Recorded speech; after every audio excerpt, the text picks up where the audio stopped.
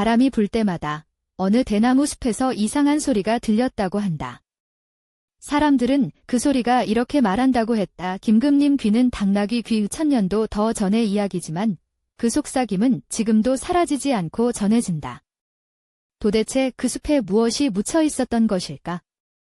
9세기 중반의 신라는 한때의 찬란함과는 거리가 멀어져 있었다. 삼국을 통일하고 문화의 황금기를 열었던 그 왕조는 이 무렵 내부에서부터 서서히 균열이 번지고 있었다.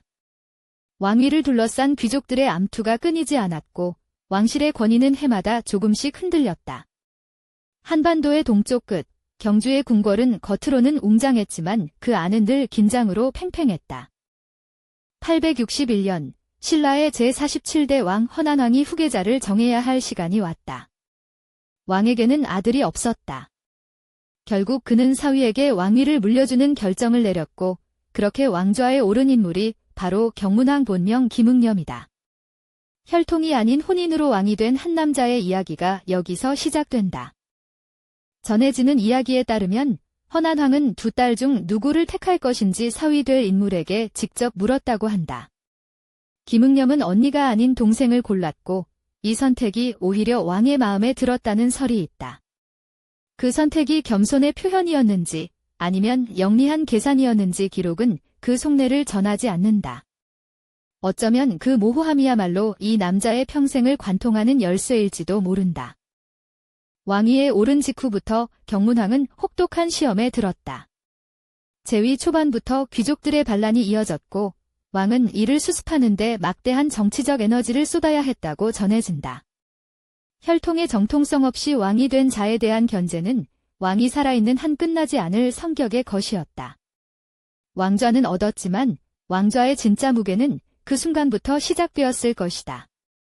경문왕은 당나라에 사신을 보내고 불교를 적극적으로 장려하는 등 왕권 강화를 위한 노력을 기울였다고 전해진다. 황룡사의 탑을 세우고 왕실의 권위를 상징하는 대규모 사업을 벌이기도 했다. 그러나 그 모든 치적 이면에도 왕이 평생 감추고 살아야 했다는 이야기가 기록 속에 남아있다. 그것이 무엇이었는지 이제 그 이야기로 들어갈 시간이다. 전설에 따르면 경문왕이 왕위에 오른 이후 어느 날부터 귀가 점점 길어지기 시작했다고 한다. 그 모양이 마치 당나귀의 귀처럼 되었다는 것이다. 왕은 이를 감추기 위해 언제나 두건을 쓰고 다녔다는 이야기가 내려온다. 물론 이것이 실제 신체적 변화를 가리키는 것인지 아니면 전혀 다른 무언가를 담은 은유인지 그 경계는 지금도 분명하지 않다. 그 비밀을 아는 사람은 오직 한 명뿐이었다고 전해진다. 광의 두건을 만들던 장인이었다. 그는 왕의 귀를 직접 보아야 했고 그 순간부터 무거운 침묵을 짊어지게 되었다. 평생 단 한마디도 누구에게 말하지 못한 채 그 비밀과 함께 살아가야 하는 삶이었다. 그리고 세월이 흘러 그가 죽음을 앞두게 되었을 때 그 무게는 마침내 한계에 다다랐다. 장인은 인적 없는 대나무 숲으로 들어가 땅을 향해 있는 힘껏 소리쳤다고 전해진다. 김금님 귀는 당나귀 귀, 평생 삼킨 말이 한꺼번에 쏟아진 순간이었다. 그가 세상을 떠난 뒤 그 숲에서는 바람이 불 때마다 같은 소리가 들려왔다는 이야기가 남아있다. 한 사람의 죽음을 앞둔 고백이 땅속으로 스며들어 이제는 자연의 목소리가 되어버린 것이다. 왕이 그 숲을 베어냈다는 이야기도 있고 결국 그냥 두었다는 이야기도 있다. 기록마다 세부가 다르다.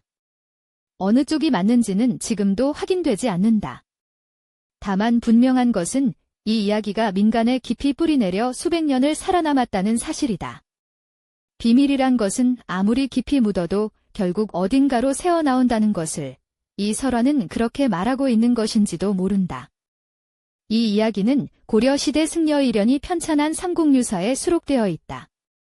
삼국유사는 정사가 아닌 설화와 야사를 담은 책으로 여기에 실린 내용이 어디까지 역사적 사실에 기반하고 어디서부터 민간의 상상력이 더해진 것인지를 가려내기란 쉽지 않다. 그러나 그 모호함이 오히려 이 기록의 진정한 가치일 수 있다. 당시 사람들이 어떤 이야기를 왜 필요로 했는지를 담고 있기 때문이다. 그렇다면 이 전설의 기원을 어떻게 해석할 수 있을까?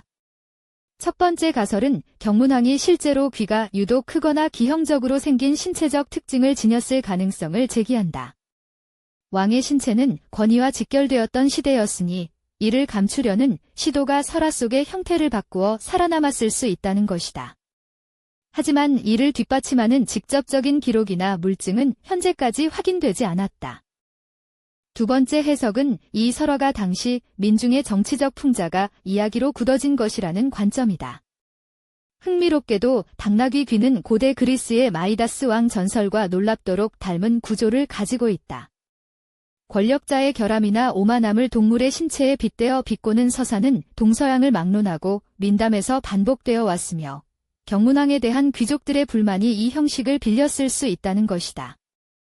다만 이 가설 역시 확증이 아닌 추론의 영역에 머문다.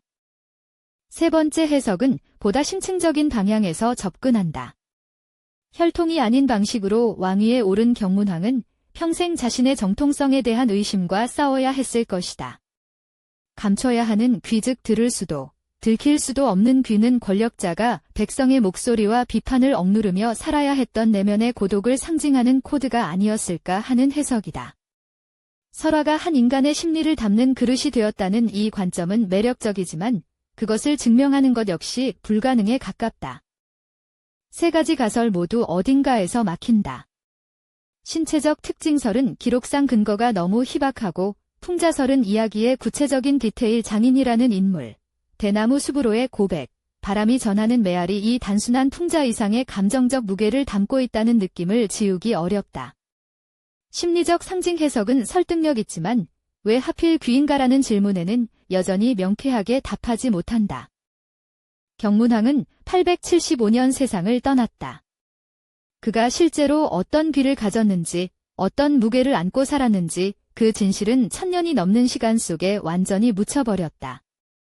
남은 것은 바람이 불 때마다 소리를 내는 대나무 숲의 이야기, 그리고 그 소리를 듣는 사람마다 조금씩 다르게 해석하는 이 오래된 전설뿐이다. 당신은 어떻게 들리는가 그 바람 소리가?